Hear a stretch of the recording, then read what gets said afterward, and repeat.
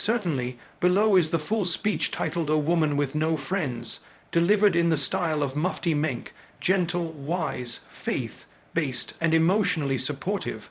My beloved sister, there are moments in life where you feel like the entire world has moved on. And somehow you were left behind. Days pass without a message, weeks without a visitor. Everyone seems to have plans, groups, outings, smiles, except you, and you begin to wonder, is something wrong with me? Let me tell you with all the love in my heart, no, nothing is wrong with you. Loneliness is not a punishment, it is not a verdict, it is not evidence that you are failing at life or relationships. In fact, many times it's a whisper from your Lord, calling you to something deeper. In a world obsessed with connections, followers, likes, and constant interaction, solitude feels uncomfortable. It's almost treated like a disease. But the truth is, even some of the most powerful, beloved individuals in history, prophets, scholars, the righteous, were tested with loneliness. They too sat in silence. They too longed for companionship. They too felt the sting of being misunderstood, forgotten, or pushed aside.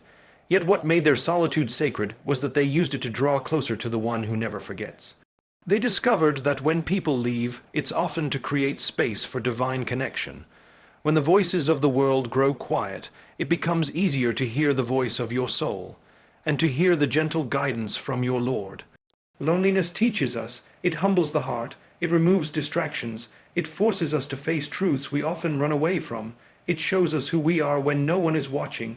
That is not failure, that is strength. That is a rare and painful form of growth. Think about it.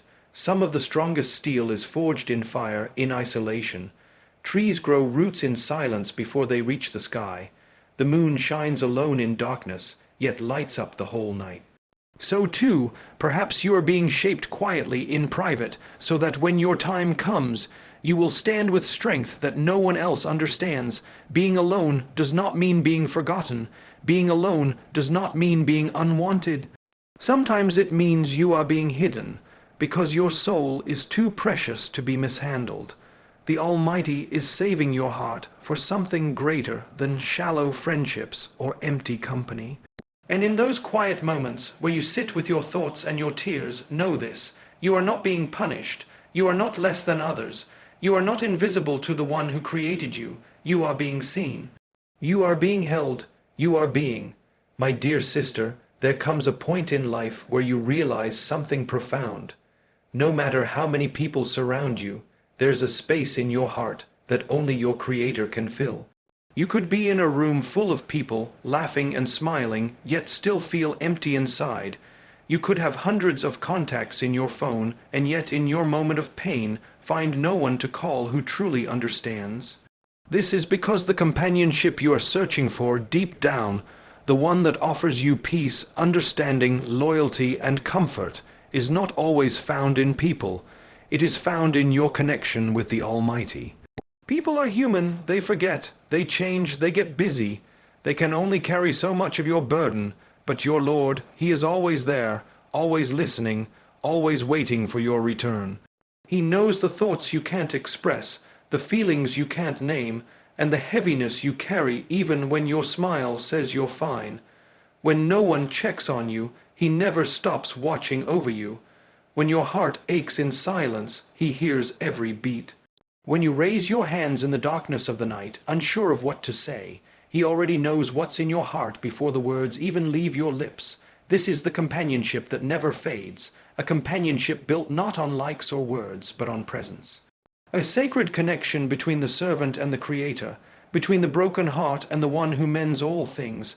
Many chase after love and friendship in this world, hoping it will heal their loneliness.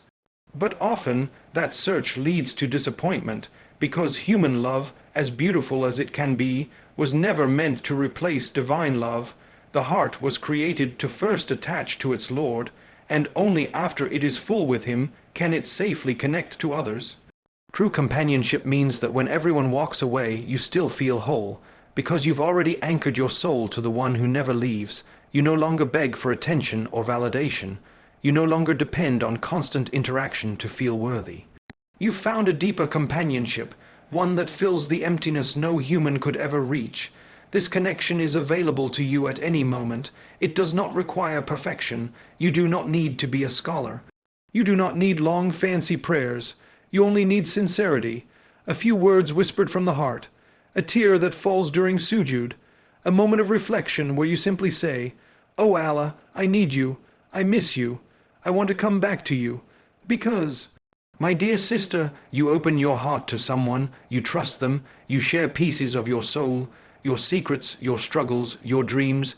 You assume they'll protect it, guard it, honor it, and for a while everything seems beautiful. But then slowly things change. The conversations become shorter. The warmth becomes distant. The comfort begins to fade. And one day you realize you were holding on to someone who had already let go. It hurts. Disappointment doesn't always come from enemies.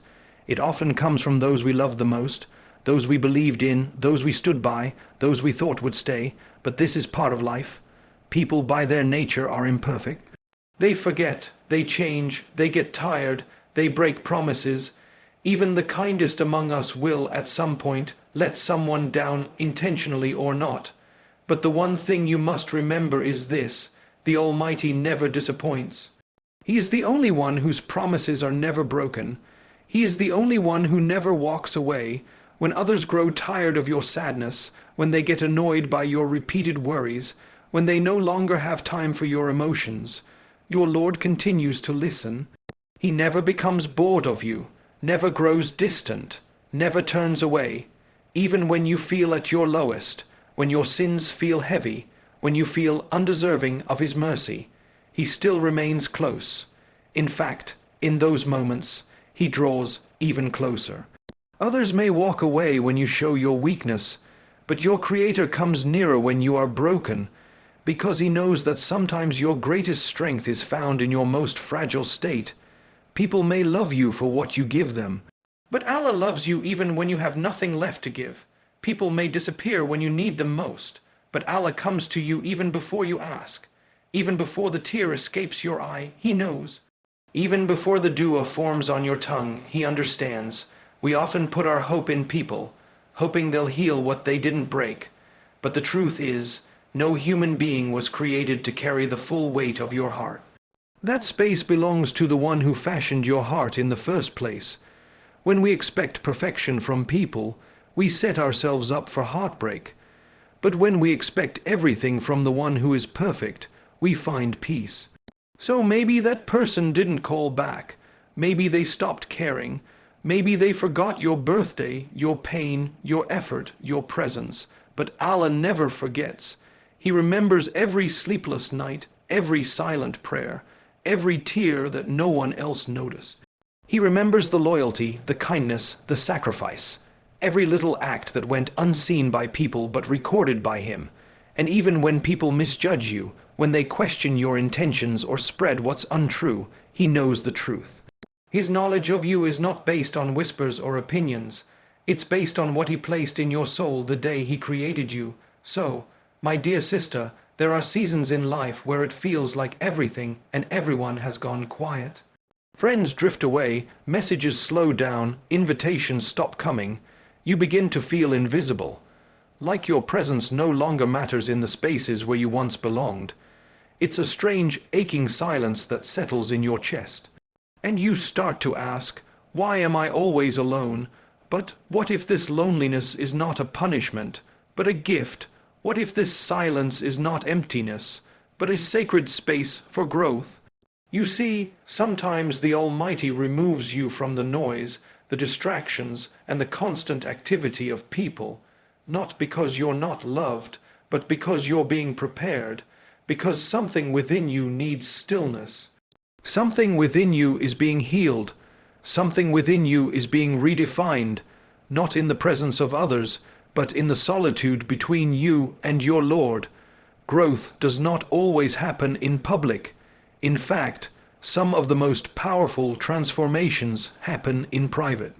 Like a seed buried beneath the soil, hidden from view, surrounded by darkness, unseen by the world, yet slowly, silently, something beautiful is beginning to take root. No one notices, no one claps.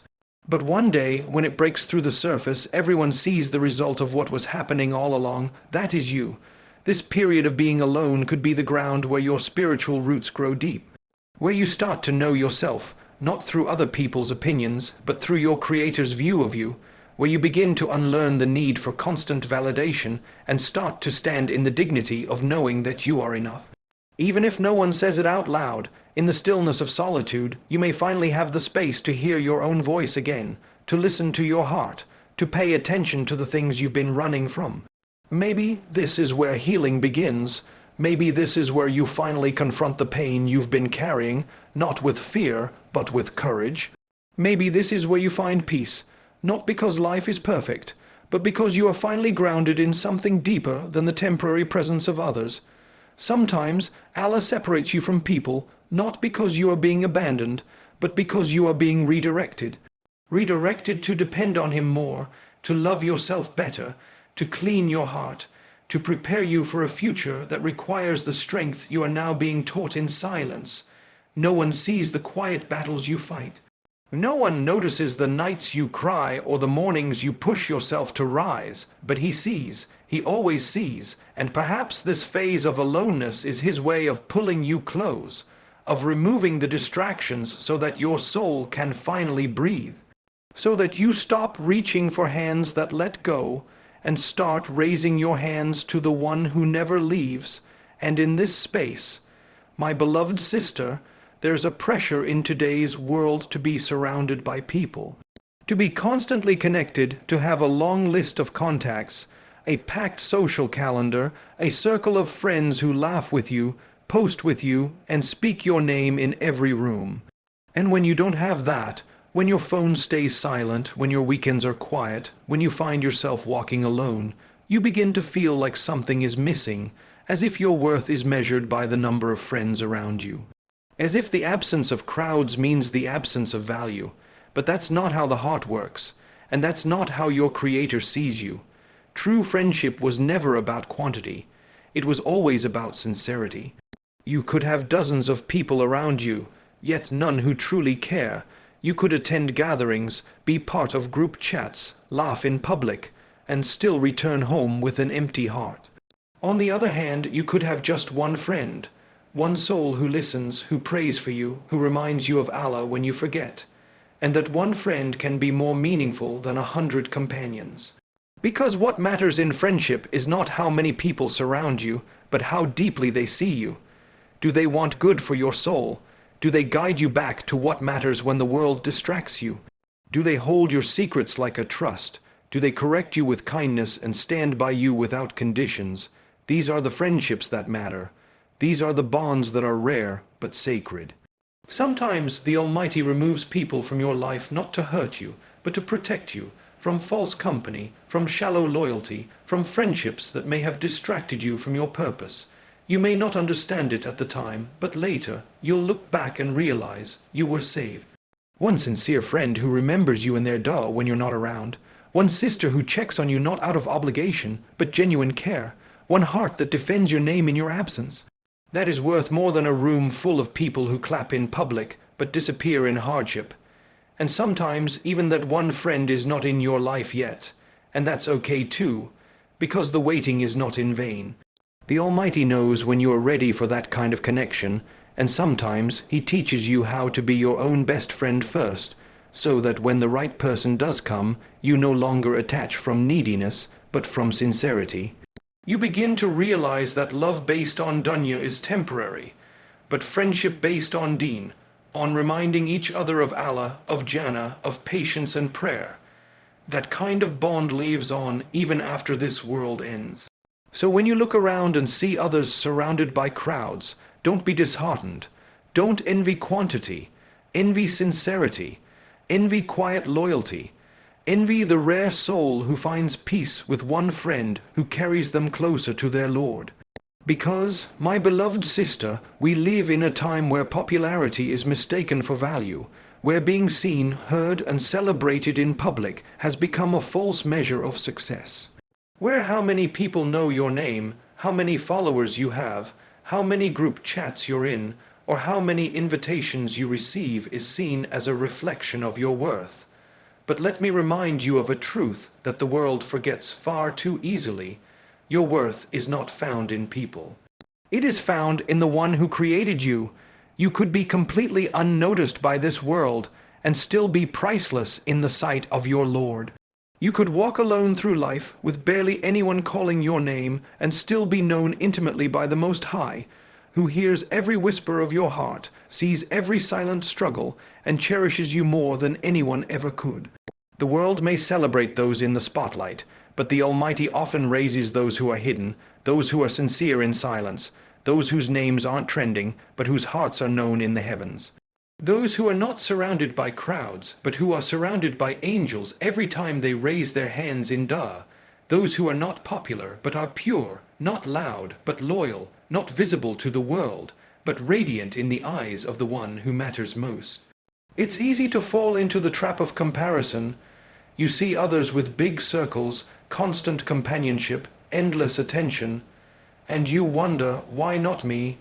You begin to feel small, unnoticed, insignificant.